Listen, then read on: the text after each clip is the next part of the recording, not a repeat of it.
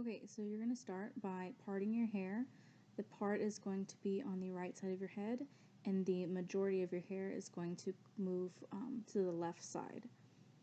So you're going to start by doing a inverted braid, and it will be a French braid. When you do this, you need to make sure that you keep it close to your hairline as you go down. And then you also need to make sure that as you French braid, you're only pulling the hair from your part and then down.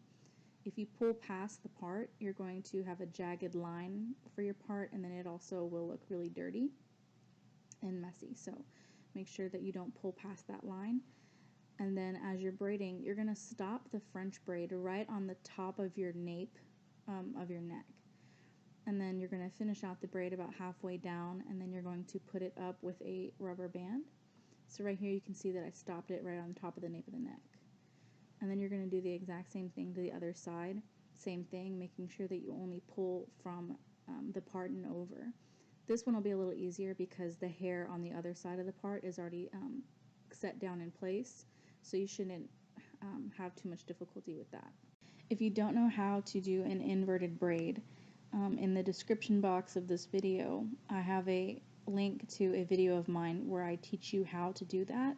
So go ahead and check that out if you don't know how to do an inverted braid. They're also called Dutch braids. So now here, as you can see, I have two braids, and then there's a chunk in the middle that's not been touched.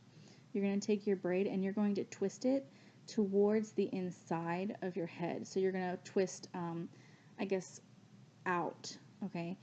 And then you're going to pick up all of your hair, the two braids included, and you're going to put it up in a ponytail.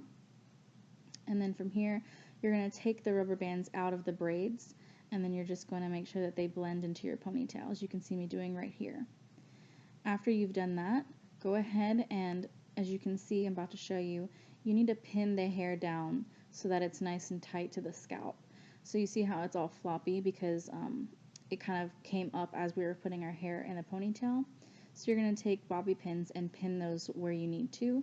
You need to make sure that you also pin up any flyaways that you have.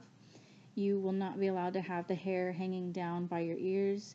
You will not be allowed to have little flyaways or split ends showing. Making sure that you're gelling or hairspraying or pinning down all that stuff so that we all look nice and clean. Then once you've done that, you're going to go ahead and curl the ponytail. If you need to sleep in rollers, or if you need to come with all of your hair curled, however you need to do that so that your hair is curled at the ponytail, you need to make it happen.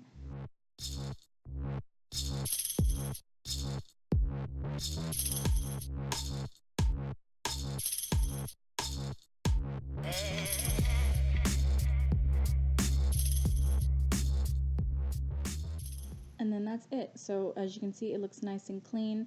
It's not floppy anymore because I pinned it down where I needed it to be pinned. And then also too, at the front of your hair, you're going to pull and tug on the braids a little bit to make them thicker so that they show up a lot better from the front. Big whoop. Big whoop. Big whoop. Why don't you go home? You're starting to really wind me up. Big whoop.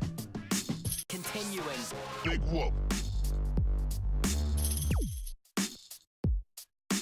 Big whoop. Big whoop.